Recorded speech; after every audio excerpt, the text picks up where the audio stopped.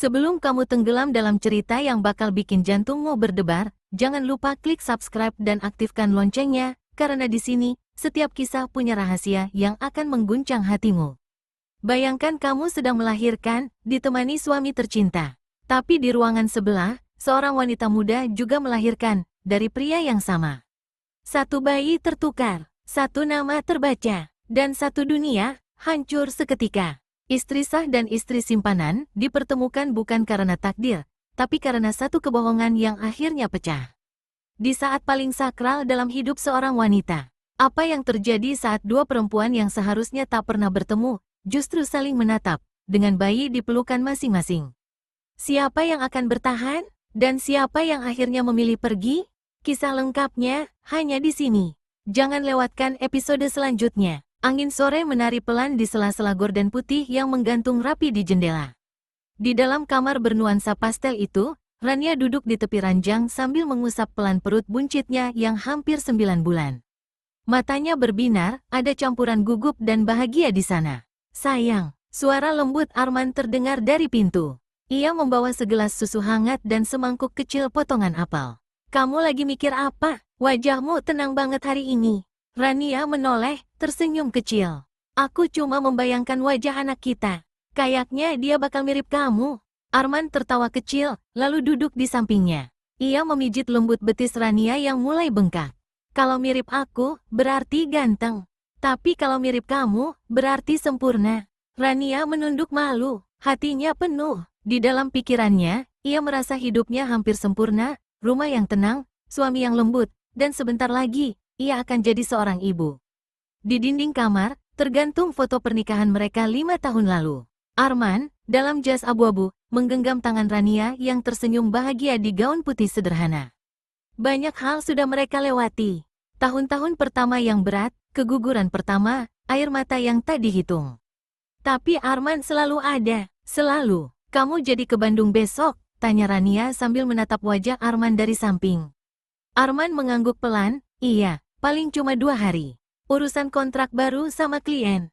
Tapi aku bakal pulang cepat kok. Kan harus siap-siap nyambut si kecil. Rania mengangguk pelan. Ia percaya, selalu percaya. Di malam itu, sebelum tidur, Arman menempelkan telinganya di perut Rania.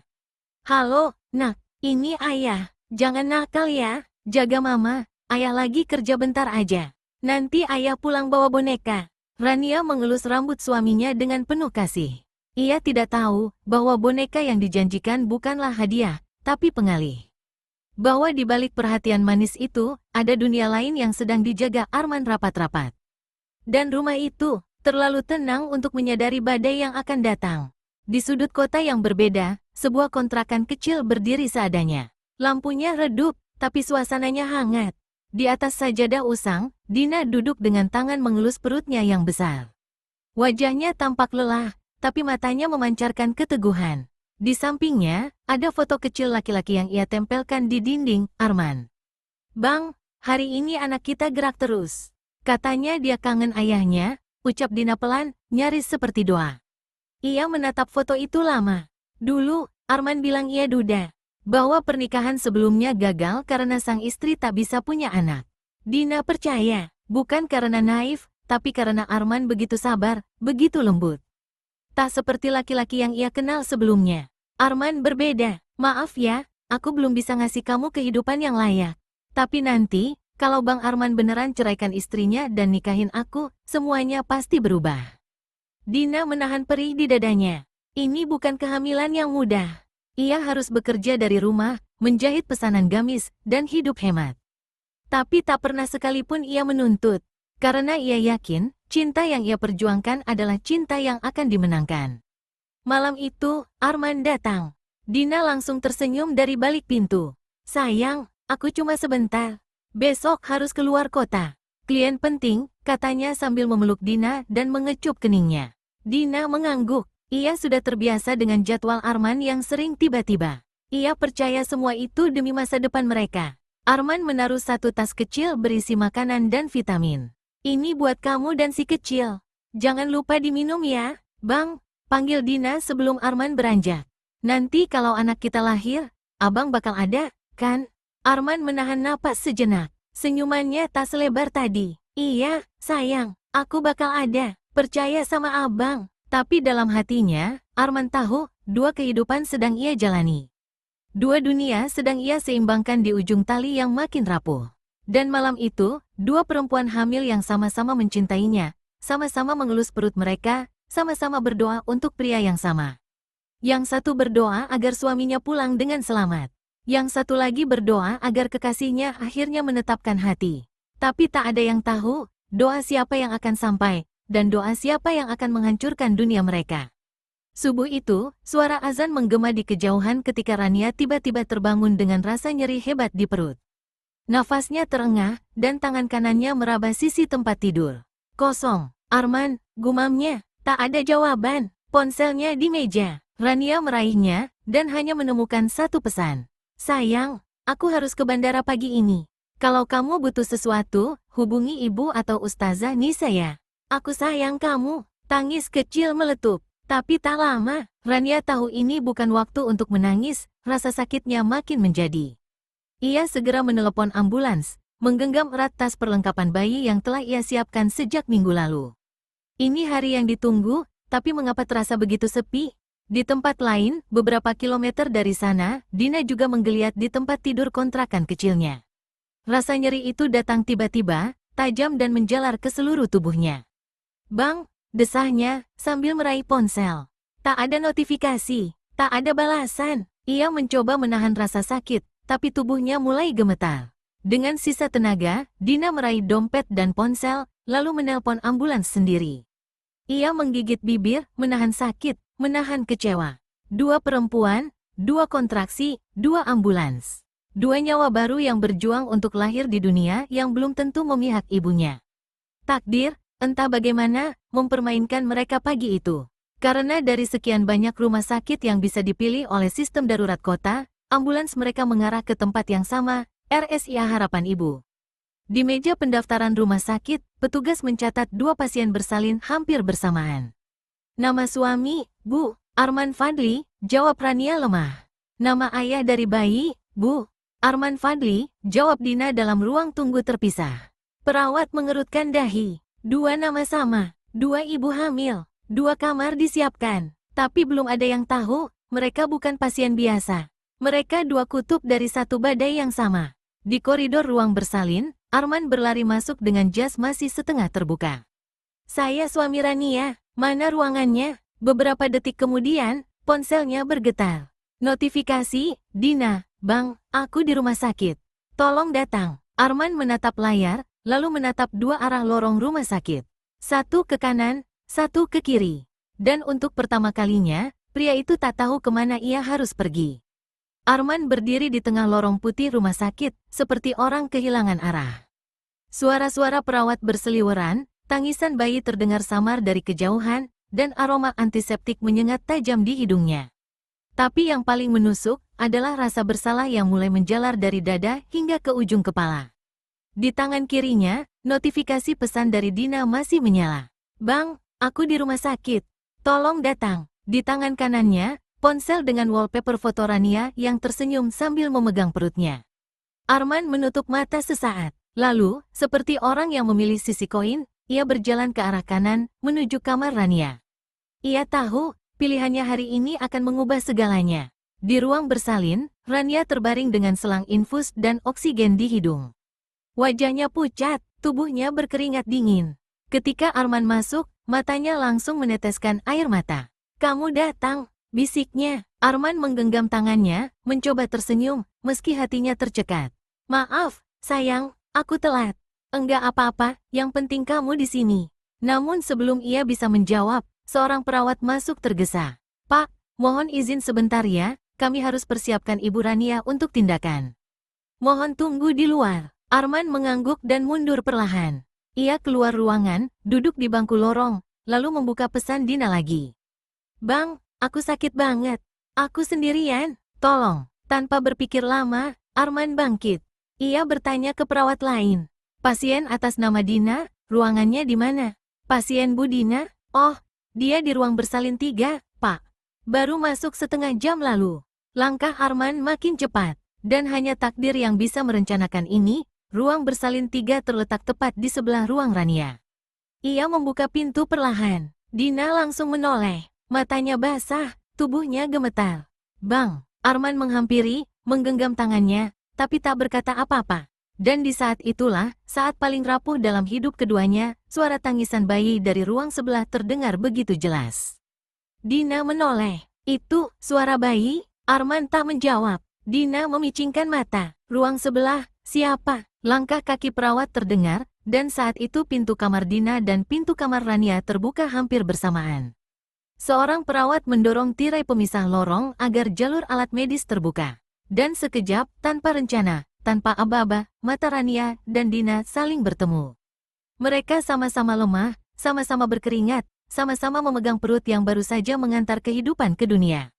Dan keduanya mengenal pria yang berdiri di tengah-tengah mereka. Hening, hanya suara monitor medis dan tangisan bayi yang terdengar. Dina membuka mulut lebih dulu. Rania menegang. Kamu, Dina, perawat yang menyaksikan dari kejauhan bingung, lalu berbisik ke rekannya. Dua-duanya, sebut nama suaminya sama, ya? Dan dalam satu momen yang mengubah segalanya, tirai pemisah tak hanya terbuka secara fisik, tapi juga membuka rahasia yang selama ini disembunyikan dengan rapat. Rania dan Dina saling menatap. Sama-sama lelah, sama-sama belum pulih, tapi tatapan mereka tajam bukan karena benci, tapi karena ketidakpercayaan yang terlalu besar untuk diucapkan dengan kata-kata. Arman berdiri di tengah lorong, napasnya memburu. Ia tahu, detik ini tak bisa ditarik ulang. Rahasia yang ia sembunyikan selama lebih dari setahun, kini telanjang di depan dua perempuan yang paling ia sakiti. Jadi, ini maksudmu? Suara Rania parau, pelan, tapi seperti menamparkan udara. Dina menggenggam selimutnya erat, matanya bergetar. Aku nggak tahu kamu masih sama Rania. Kamu bilang kalian udah berpisah, Bang. Rania tertawa kecil, pahit, dingin. Berpisah? Kami bahkan baru foto maternity 3 minggu lalu. Arman melangkah maju. Tunggu, aku bisa jelaskan semuanya. Jelaskan, potong Rania. Suaranya naik 1 oktav. Jelaskan bagaimana kamu bisa punya 2 anak dari 2 perempuan yang melahirkan di RS yang sama pada hari yang sama. Suara bayi kembali terdengar. Kali ini dari 2 ruangan sekaligus. 2 tangisan, 2 kehidupan baru, dan 1 kebohongan besar yang kini menyatukan mereka dalam luka yang sama. Perawat masuk tergesa-gesa. Maaf, Pak, kami butuh tanda tangan untuk akta kelahiran bayi-bayi ini. Bapak mau mulai dari yang mana? Arman terdiam. Dina menoleh. Mulai dari anakku, Bang. Kau janji akan jadi ayahnya. Rania menyeka air matanya. Tapi yang sah jadi istrimu. Aku. Jangan lupa janji kita di altar. Arman menatap kedua wanita yang pernah ia cintai, atau mungkin masih. Tapi kini, semua cinta itu tak lagi utuh. Semua telah berubah bentuk, menjadi pengkhianatan, kekecewaan, dan luka yang diwariskan bahkan sebelum bayi mereka mengenal dunia. Ia mengambil pena dari perawat. Tangan kirinya gemetar. Dina menahan napas. Rania membuang wajah. Dan saat tinta pena menyentuh kertas, semua tahu, apapun yang Arman tulis hari ini, tak akan menghapus apa yang telah ia rusak. Di balik kaca nursery, 2 bayi terbaring di inkubator berdampingan. Tak tahu bahwa mereka saudara. Tak tahu bahwa sejak hari pertama kehidupan mereka dimulai, dunia sudah memberinya luka yang bukan miliknya. Rania berdiri terpaku di balik kaca nursery. Matanya tak berkedip menatap 2 inkubator yang berdampingan. 2 bayi mungil, dengan selimut rumah sakit berwarna biru pucat. Keduanya tenang, tak menangis, tak tahu apa-apa, tak tahu bahwa mereka bukan sekadar bayi biasa, mereka lahir dari kisah yang retak. Dari belakang, Dina berjalan pelan, baru saja dipindahkan dari ruang bersalin. Tubuhnya masih lemah, tapi matanya menyimpan kekuatan yang tak bisa dibeli dari manapun. Yang kiri anakku, katanya lirih, menunjuk bayi berlabel, bayi Dina. Yang kanan anakku, sahut Rania, nyaris tanpa suara, menunjuk bayi berlabel, bayi Rania. Lalu keduanya menyadari satu hal aneh. Mereka membaca ulang label nama masing-masing. Nama belakang kedua bayi itu, sama. Fadli. Keheningan menggantung di antara mereka. Bukan lagi karena syok, tapi karena realitas yang kini tak bisa disangkal. Dunia boleh tak adil, tapi tinta di label rumah sakit tak pernah berdusta. Jadi dia benar-benar menulis namanya, untuk keduanya, gumam Dina. Rania tertawa pelan, getir. Dia tak memilih siapa-siapa, tapi ingin terlihat bertanggung jawab pada semuanya. Dina memejamkan mata, padahal yang kami butuh bukan nama, tapi kejujuran. Di sisi lain rumah sakit, Arman duduk sendirian di kursi tunggu. Tangannya menutupi wajah. Dunia runtuh dalam diam. Ia telah berpikir bisa mengatur semuanya, cinta yang dibagi dua, waktu yang dibagi rata, janji yang dibuat untuk menyenangkan semua pihak.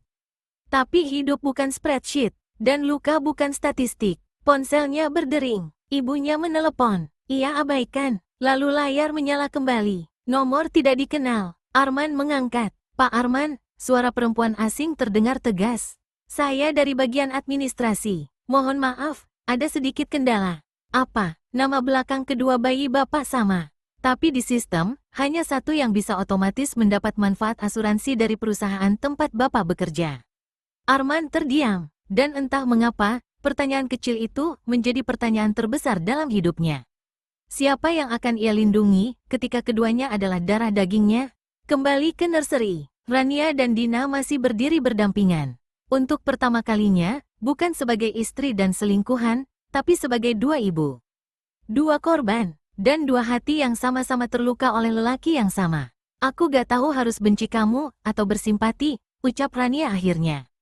Dina menarik napas. Aku pun begitu. Lalu keduanya terdiam, sampai akhirnya Rania berujar pelan. Apa menurutmu kita bisa berdamai? Dina menoleh. Dengan Arman, tidak. Dengan takdir. Dan untuk pertama kalinya sejak semuanya terungkap, mereka berdua menangis. Tapi bukan karena pria itu. Tapi karena kini, mereka tahu, satu-satunya yang benar-benar perlu mereka perjuangkan, adalah anak mereka. Malam itu, rumah sakit tak pernah terasa sedingin ini. Lampu-lampu lorong meredup, para perawat bergantian berjaga, dan di ruang rawat inap 203 dan 204, dua perempuan yang tadinya saling membenci kini sama-sama terjaga. Dina menatap langit-langit, air matanya kering, tapi dadanya sesak. Rania di seberang, memeluk boneka pemberian Arman yang dulu sangat ia banggakan. Kini terasa seperti simbol penghinaan. Keduanya tahu, tak ada kembali ke sebelum hari ini. Yang ada hanya ke depan. Tapi, bagaimana melangkah kalau jalan di depan dipenuhi percabangan yang menyakitkan? Pagi harinya, Arman akhirnya dipanggil ke ruang mediasi rumah sakit. Yang hadir, Rania, sebagai istri sah. Dina, sebagai wali anak yang diakui secara informal. Seorang petugas hukum rumah sakit. Dan seorang perwakilan dari hari kantor Arman. Pak Arman, ujar petugas hukum. Dua akta kelahiran tak bisa memuat satu ayah jika status pernikahan Anda masih terikat dengan satu pihak. Kami mohon kejelasan legal. Arman menghela napas. Berat. Apa harus sekarang? Dina menatapnya tajam. Sekarang atau tidak sama sekali? Anak kita butuh kepastian. Rania tak bersuara, tapi air matanya jatuh diam-diam. Ia telah menjadi istri yang setia. Ia menanti, memaafkan, bahkan saat mulai curiga, ia tetap memilih bertahan. Tapi sekarang, semua rasa percaya itu terkubur. Pak Arman, potong hari kantor. Mohon maaf, tapi asuransi anak hanya berlaku untuk anak dari pasangan sah. Bila Anda ingin menambah tanggungan, harus ada bukti hukum. Dan di saat itulah, Arman diminta memilih. Satu lembar formulir di hadapannya. Nama anak yang akan dimasukkan ke dalam sistem. Nama ibu, status hubungan. Tangan Arman gemetar. Keringat dingin menetes di pelipisnya. Bang, Dina menahan air mata. Kalau kamu tak pilih anak kita, itu artinya kamu juga buang aku. Dan semua yang kamu pernah katakan, dusta. Mas, Rania tak meminta apa-apa, tapi tatapannya berkata, kalau kamu butuh alasan untuk tetap pulang, biarlah anak kita jadi alasanmu. Arman mengambil pena. Dunia serasa membisu. Dina menutup mata. Rania menunduk. Dan akhirnya, ia menulis. Satu nama, satu pilihan, dan dua luka yang tak akan pernah sembuh sepenuhnya. Tak ada yang berkata-kata setelah itu. Hanya ada bunyi jam dinding yang terus berdetak. Dina berdiri perlahan. Terima kasih atas kejelasannya. Suaranya lirih tapi tegas. Rania masih diam, tapi air matanya tak berhenti jatuh. Dan Arman berdiri terpaku, melihat kedua arah, tapi tahu, tak satu pun dari mereka yang benar-benar akan memaafkannya. Hari itu, rumah sakit seperti menyimpan napasnya. Setelah semua tanda tangan ditorehkan, semua keputusan dibuat, dan semua luka diresmikan oleh tinta di atas kertas, yang tersisa hanyalah keheningan. Rania duduk di kursi roda, ditemani perawat. Di pangkuannya, bayi mungilnya terlelap. Dina berdiri di lorong, membawa satu koper kecil. Ia sudah diberitahu, ruangan harus dikosongkan sebelum siang. Tak ada keluarga yang menjemput, hanya dirinya dan anaknya. Mereka bertatapan sejenak, dan untuk pertama kalinya, tidak ada dendam. Hanya luka yang saling dikenali. Rania, Dina memanggil pelan, nyaris ragu. Rania mengangkat kepala, matanya sembab. Aku tahu, aku tak akan pernah bisa minta maaf untuk semuanya, ucap Dina. Tapi kalau suatu hari anakku ingin tahu siapa ibunya, aku ingin dia tahu, aku tidak diam. Aku pergi, supaya dia tidak tumbuh di tengah dusta. Rania mengangguk pelan. Dan kalau anakku bertanya kenapa ayahnya tidak pernah ada, aku akan bilang, dia pernah ada, tapi ibunya memilih jadi kuat tanpa bergantung padanya. Lalu Dina membuka tas kecilnya, mengeluarkan satu amplop berwarna krem, agak kusut, dan memberikannya pada Rania. Ini surat yang kutulis saat pertama tahu aku hamil. Aku tulis untuk Arman, tapi tak pernah kukirim. Rania menerimanya dengan tangan bergetar. Kenapa sekarang kau berikan padaku? Karena aku rasa, kau perlu tahu bahwa sejak awal, aku juga perempuan yang tertipu. Bukan perusak rumah tangga. Dina menunduk. Aku tak minta pengampunan, hanya pengertian. Lalu tanpa menunggu jawaban, Dina mendorong kopernya, melangkah pergi. Dan Rania hanya bisa melihat punggung wanita itu menjauh. Wanita yang seharusnya jadi musuh, tapi kini terasa seperti pantulan dirinya sendiri. 1 jam kemudian, Arman datang ke kamar Rania, membawa setangkai bunga dan wajah yang lelah. Sayang, Rania tidak menatapnya. Ia duduk sambil menggendong bayinya, membaca ulang surat dari Dina, air matanya jatuh tanpa suara. Aku tahu aku salah, Arman mulai bicara, tapi Rania menyela, berhenti. Aku tidak butuh alasan, aku hanya ingin jawaban. Jawaban apa? Apakah kau mencintainya? Hening. Arman menunduk, aku mencintaimu. Tapi aku tak bisa bohong, aku pernah mencintainya juga. Rania tersenyum tipis. Itu saja sudah cukup. Jadi, kita masih bisa memperbaiki semua ini? Tanya Arman dengan suara hampir berbisik. Rania menatap bayi mereka. Tidak semua yang retak bisa direkatkan kembali. Tapi aku janji, aku akan tetap jadi ibu yang baik. Tanpa menanamkan benci. Lalu ia menatap Arman, kali ini dengan kekuatan yang tak ia miliki beberapa hari lalu. Pergilah. Kita selesai bukan karena kau memilih dia, tapi karena aku akhirnya memilih diriku sendiri. Arman berdiri, tak ada argumen, tak ada teriakan, karena tak ada yang bisa diselamatkan, kecuali masa depan anak mereka. Di kamar itu, Rania memeluk anaknya. Di luar rumah sakit, Dina menunggu taksi dengan bayinya di pelukan. Dan untuk pertama kalinya, dua perempuan itu benar-benar bebas. Bukan dari pria yang menyakiti mereka, tapi dari rasa bersalah yang bukan milik mereka. Hari itu, Rania menatap cermin di kamar apartemennya. Mata yang dulu dipenuhi air mata kini mulai menyimpan secercah harapan.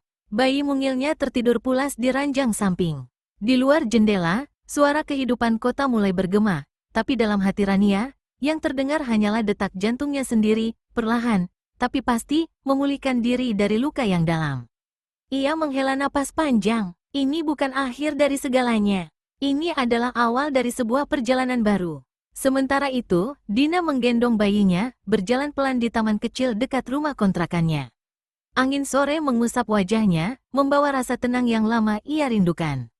Ia membuka amplop yang diberikan Rania, surat itu kini jadi semacam jembatan antara dua masa lalu yang penuh luka dan sebuah masa depan yang tak pasti, tapi harus dihadapi.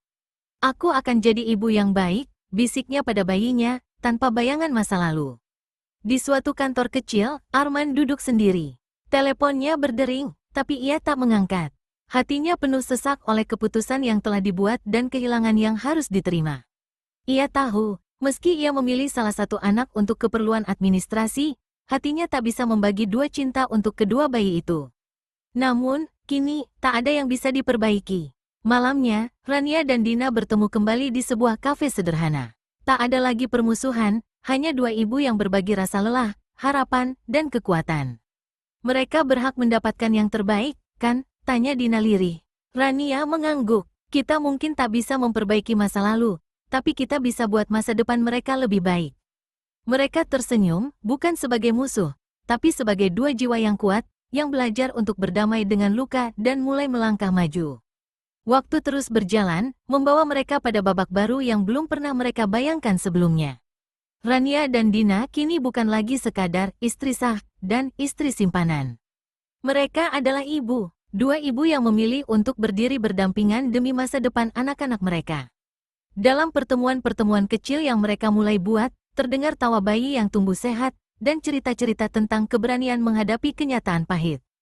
Rania menatap putranya yang kini mulai belajar berjalan. Kamu tahu, katanya pada diri sendiri, bahwa kekuatan terbesar bukan berasal dari kesempurnaan sebuah hubungan, tapi dari keberanian kita untuk melanjutkan hidup meski terluka. Dina, di sisi lain, duduk di taman dengan bayinya di pangkuan. Ia menulis di jurnal kecilnya, tak perlu membenci masa lalu untuk meraih masa depan yang damai. Kadang, melepaskan adalah bentuk cinta tertinggi. Arman, yang pernah menjadi pusat kisah mereka, kini hanya menjadi bayang-bayang masa lalu. Ia belajar bahwa cinta tak cukup hanya dengan kata-kata dan janji kosong, tapi harus dibangun dengan kejujuran dan tanggung jawab. Dan meski ia kehilangan banyak hal, pelajaran paling berharga adalah tentang arti pengorbanan dan konsekuensi dari pilihan. Cerita ini bukan tentang siapa yang benar atau salah, siapa yang menang atau kalah. Ini tentang keberanian perempuan yang bangkit dari pengkhianatan, tentang kekuatan hati untuk memaafkan, dan tentang harapan yang tumbuh di tengah kepedihan. Karena pada akhirnya, hidup bukanlah tentang menemukan pasangan yang sempurna, tapi tentang menjadi pribadi yang utuh dan kuat, demi diri sendiri dan orang-orang yang kita cintai. Pesan moral, ketika luka menghantam, jangan biarkan itu mematahkanmu.